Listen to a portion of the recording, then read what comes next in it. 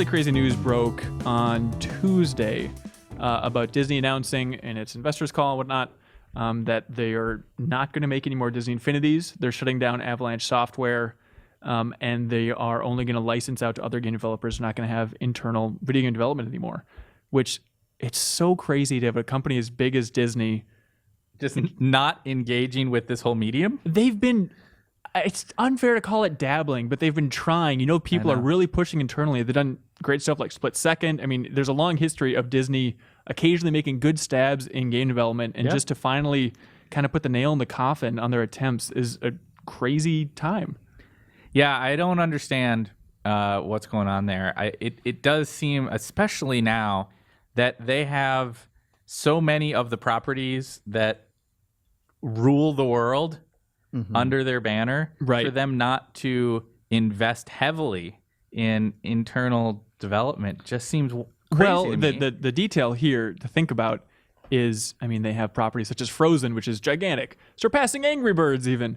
And they released a game, was it Frozen Free Fall on iOS, and it just makes bank. Mm-hmm. And so at that point, why have this development studio out in Salt Lake City and employ 300 people to make these Disney Infinity games that, as Kyle and I visited and we were just talking about this morning, have that confusing release strategy where there's so many different packages and experiences, and trying to convey all that in marketing bullet points, you can't get it across that easily. The one example that I brought up this morning is like one of the things we saw when we went for the cover trip was what was basically amounted to like a Disney kart racer that was developed by the guys that did Sega Sonic All-Stars, the good Sonic kart racer. Yeah. There is a game that exists that is a Disney kart racer that uses all Disney and Star Wars characters, and like I don't even really know how to get it. Like like if I put a gun to your head and said I want to play that today, I would be like, I think I have to buy the figures, and I think maybe it's DLC. Like right, it's stuff like that. Like it wasn't clear exactly how to. There were all these cool. They brought in all these developers to make these cool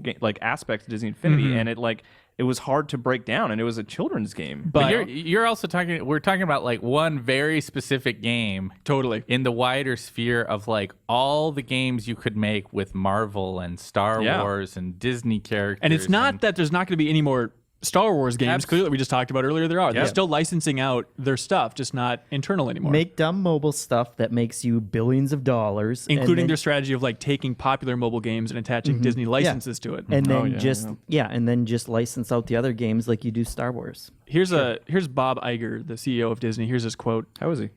He's doing pretty well. He had this to say in Mike Futter's write-up. He wrote into the podcast? Yeah. This is from Bob Iger from California. Dear Ben, I really like your podcast. Stop saying crap so much.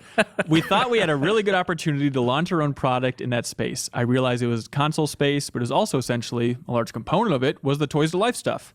In fact, we did quite well with the first iteration of it, and we did okay with the second iteration. But that business is a changing business, and we did not have enough confidence in the business in terms of it being stable enough to stay in it from a self-publishing perspective.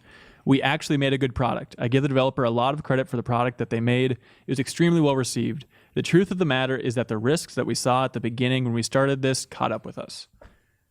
I kind of got, I don't know, reading Iger's quote in Mike's story, like, I got the sense that they were like, this is just too expensive. Like, we're making money, but we're just putting so much into it. It's very much like Polygon has a cover story all about the history of Epic, and it feels very much like Epic's conclusion, where in that story they had quotes talking about, Epic thinking about Gears of War 4 and doing the math and just realizing there is no universe where we can make a lot of money off this. Best case scenario, we break even if we invest $100 million in this thing.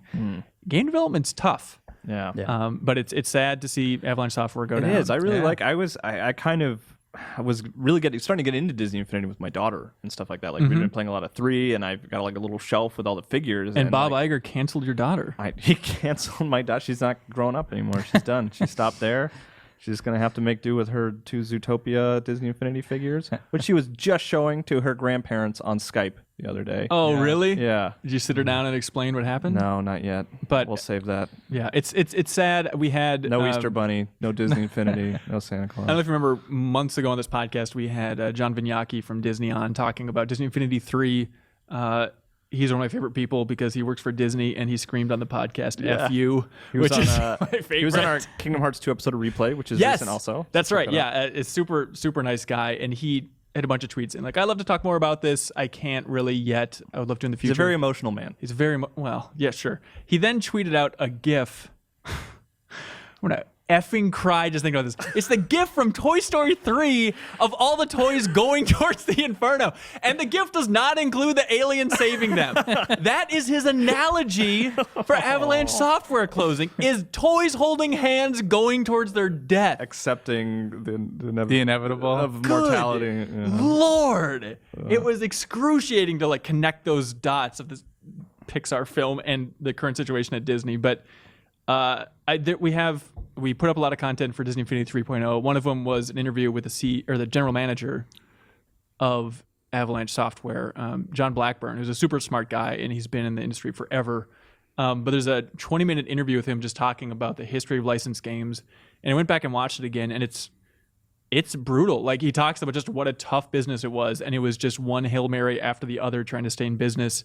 And then they finally got Disney Infinity, and they're like, maybe this is a package that'll be sustainable for development going forward. And it turns out, not so much. Sad day, sad week for the industry. Yeah. It is. It feels like if a longer view would allow Disney to see that like gaming's not going away, and it is worth your while to invest now. It was worth your while to invest 10 years ago.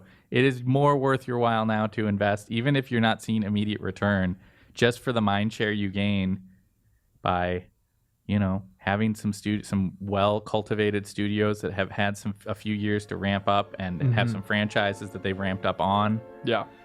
But we'll still see some. I'm sure we're going to see Star Wars games and Marvel games in the future, but not developed internally.